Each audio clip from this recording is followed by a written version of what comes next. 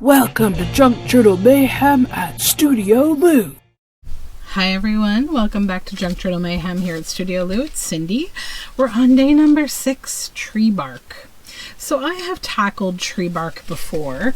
If you ever saw my design team journal that I did for Release the Craft in, for one of the Sabbats, I'm trying to remember which one.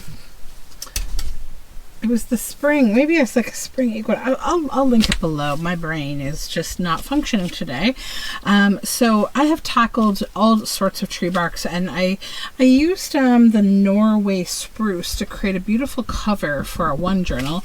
Today we're just going to play with some simple, accessible birch bark that everybody can get their hands on. Now, please don't peel the trees because it does kill them. You can often find this shed on the ground, or if you see somewhere they're culling birch bark, you can, or birch trees, you can, definitely take it from birch logs. They also commercially sell birch logs, but please don't buy those. That's the weirdest consumerist thing ever. I see birch logs being sold for like way too much money around the holidays, and I'm like, what? Why? Anyways, buy them if you want to. I just think it's a waste of money personally. So what I want to do today, I think, is we'll tackle this. I'm going to tear this piece off the bottom because it's kind of like not working for me. So now birch bark comes in these kind of sections, right? So you'll get this really flaky kind of peely stuff, and you can pull that all right off. You can also take a piece of sandpaper and just get rid of all of that. I'm not going to stress about it though, because I'm going to make my ephemera on a piece of folder, and I don't know, I'll keep these ones for later. I'm just going to make one piece for the video, I think, today. I don't want to get ahead of myself, and this is a daily video series. We're going to just take it easy. So I'll pull off a piece of folder here. Then, get rid of that. We're going to use some, glue stick. And this might gunk up your glue stick a little bit, so, don't stress if it does. It's fine. We're just going to sort of saturate this in glue. And this bark is a little thirsty. It is thirsty. Then you can get all the gunk off, just kind of like turn your glue stick like that, and most of it will be gone.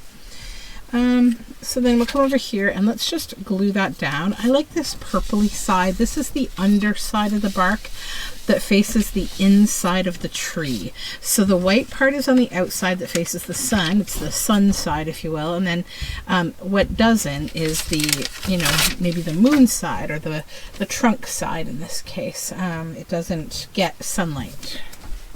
Now, you may find, if you've never worked with birch bark before, it does have a sort of powder feeling texture that can bother some people. They're sensory, kind of like, for me, I don't like sandpaper or nail files. I really can't stand the sound or the feel of those things. They bother me from a sensory aspect, but this doesn't really bug me as long as I don't like rub on it all the time. So now we need to find a focal point, and clearly you could do something pretty easy here, like an owl or a forest king or something like that. But I'm going to get weird because that's what we're here for. And I've got this book, Fishes by Brian Wildsmith, and it's an absolutely gorgeous book. And I'm in my trying to use up books kind of phase at the moment. So I want to take something that traditionally you wouldn't see on tree bark, and that certainly is a fish. So I'm just going to kind of cut these fish out and have them swimming on this tree bark backing here for the fun of it, because why not? Now, I'm not going to need the whole fish, the body, so I'll just take the top here, and we'll just fussy cut these long fish boys out here. See, it's going to be cool. So then, art glitter glue. Just come in and glue that down.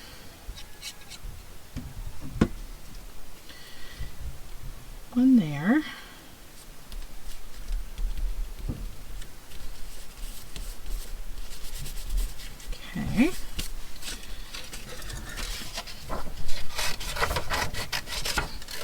So tell me what you're thinking so far of this mayhem. I hope you're enjoying it. Have you done anything that you have never worked with before? Did you find anything laying around the house that you thought was probably just trash and decided, well, if she can use it, I can use it, and you picked it up? I hope so, especially if it's a plastic thing. I would love it if at all you take anything away from this whole mayhem and you just start looking at your plastics different and think of ways you can do fun things to not put them into the recycle bin or the landfill, and you just use them in some way. That will be a very lasting approach. That would be awesome. Sorry if you hear calamity upstairs. It sounds like my son is rolling a chair across the floor. My guess is in search of a snack. Because lunch is being made, and you know, when you're a 4-year-old, the time between lunch being delivered and that incessant need for a snack, those are a lifetime apart. So it's a desperate fight to survive during lunchtime and desiring a snack time. And also it sounds like probably my dog is involved, so yeah, it's calamity up there. For those of you who watch these videos only every now and then, I do actually spend time up there with my kids and deal with all this stuff. Just, I have a little sanctioned time each day where I don't have to, and I get to make videos. Not each day, but most days. And my husband, he's the chief of all this right now, so he's got it. Take this nice big guy. I love this book so much. If you ever find it, grab it. It's great. It has so many beautiful fish illustrations, and like in the same as you know, Where the Wild Things Are, it has that same charming Maurice Sendak feel to it, even though it's not Maurice Sendak. It's Brian Wildsmith. And even like the, you know, the Hungry Caterpillar or whatever, like I just like textures that are made in those ways. And this is one of those books, but I think he primarily seems to do painting rather than cutting up paper like what's his name that does the Hungry Caterpillar. Okay, so now we've got our fish. Okay, so see, this page is beautiful.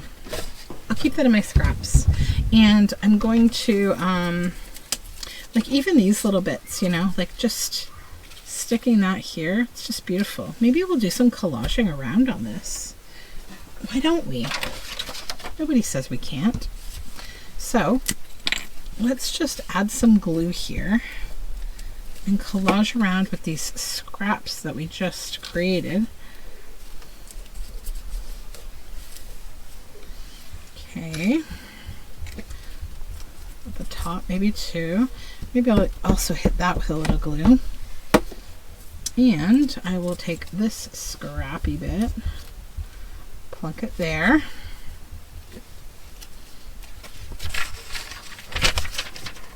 And we'll glue over the fish's bodies that we're not going to have on the wood. Maybe grab that scrap and plop it down. And we have a little glue clump there. Just push it down. A little more glue here. I am going to stitch around this just because I think the thickness and everything, it needs a little more than just glue stick to completely stick. Then down here,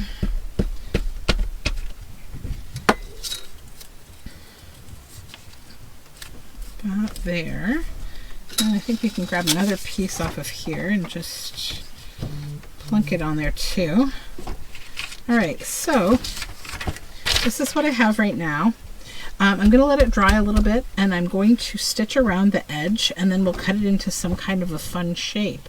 And we will have used this birch bark in the strangest way. And I think, you know, someone looking at this ephemera won't immediately realize, and then they'll be like, wait a minute, that's birch bark. So let's let this dry and I will be back. Alrighty, so I've stitched around this, and I went around a couple times. So one time kind of regularly-ish, and then another kind of irregularly line as well that captured kind of the border that's been created here. So now I just want to go around and cut in the shape of where I've stitched. So just cutting kind of right up to the stitching.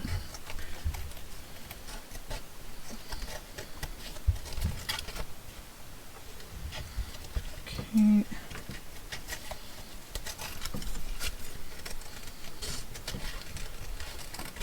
Just follow this line.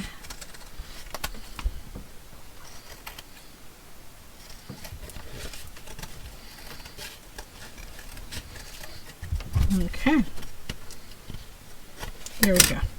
Now get rid of these scraps and cut away the extra thread. There we go.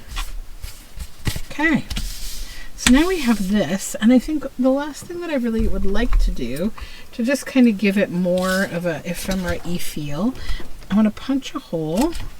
I'm going to pop an eyelet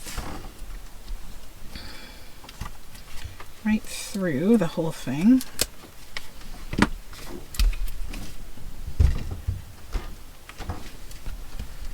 There we go. That's on there. Yep.